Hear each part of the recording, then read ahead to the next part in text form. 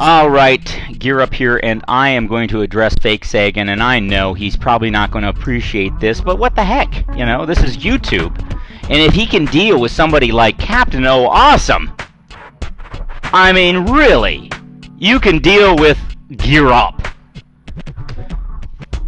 Wow. You know, I have to admit, I didn't follow all the train of video responses and uploads that were done around this whole atheistic drama, but I had enough exposure to FakeSagan's videos to kind of understand what was going on. But just so my video viewers aren't completely in the dark, let me give you a brief history here. FakeSagan has a girlfriend, more succinctly, his fiance. This woman is an atheist, and she's a bit of a atheistic groupie. She is fascinated by atheism, and the most famous atheist here on YouTube, she gravitates towards, kind of like, you know, the groupies you find at a rock concert that just want to go backstage and get it on with the band members. She has done that with some atheists here on YouTube. Captain O Awesome has experienced this particular atheistic groupie and videotaped their sexual forays. He holds onto those videotapes and then releases them at a particular point in order to get back at his ex-girlfriend, who is now FakeSagan's fiance. Follow me? You can get the gist of this. This is very upsetting, and I find it interesting that atheists will argue for a non-existent law. They don't believe anything exists. They say, well, you know, up is down, down is up, good is bad, bad is good. There is no such thing as evil. It's all subjective. But boy, oh boy, when their goose starts to get cooked, they scream like stuck pigs. Then there really is a real law, and they want to take it all the way to the Supreme Court if need be. But FakeSagan, I have to say, if you're watching this, you know, kudos to you to apply forgiveness. You probably weighed it out and realized that you're probably not going to win because you've made enough videos yourself that would and could be used against you in a court of law to paint you out as a aggressor and deserving of the underhanded treatment Captain O Awesome gave you. So you're doing the smart thing by withdrawing and then being the bigger man by presenting a case for forgiveness.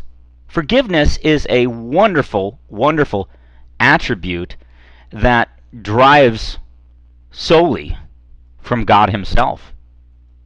Without God, we wouldn't really know what forgiveness is. And what I mean by that is Jesus Christ is the ultimate example of forgiveness. Being a righteous man, He was beaten, mocked, ridiculed, crucified as a sinner. And from the cross, He cries out, "Father, forgive them, for they know not what they do." You, being an atheist, even though you don't believe in God, you are practicing forgiveness. And then you go on to say that we are being tested. By who? By who? If you don't believe in God, who is testing you? I mean, obviously, you know, Captain O Awesome is trying to pwn you, pwn, whatever. He's trying to hurt you. He's trying to, you know, smack you down and get you to do something that you wouldn't normally do. But you took the high road, and you're going to let go and you're going to forgive. Now, in your last video, you testify that you feel that you're being tested. So, my question is, who does the testing? And if it's not God, what is the purpose of it?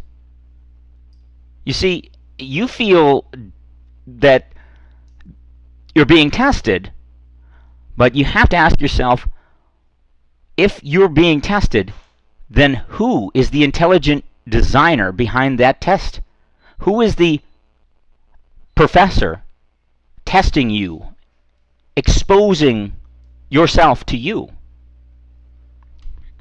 So, I made a video not too long ago addressing this situation with Richard Dawkins. He was in a BBC interview and was being asked about what gets him through the night. And then Richard Dawkins responds and says, I'm just like everybody else. I love music and this and that and family and friends. Those things really mean a lot to me. But I don't believe, and I quote, I don't believe we were put here to be comfortable. That's what Richard Dawkins states. Clearly states we were put here not to be comfortable. Who's doing the putting? And then I went on to title the video, Dawkins is a putist. I created a word to apply for this situation, a putist.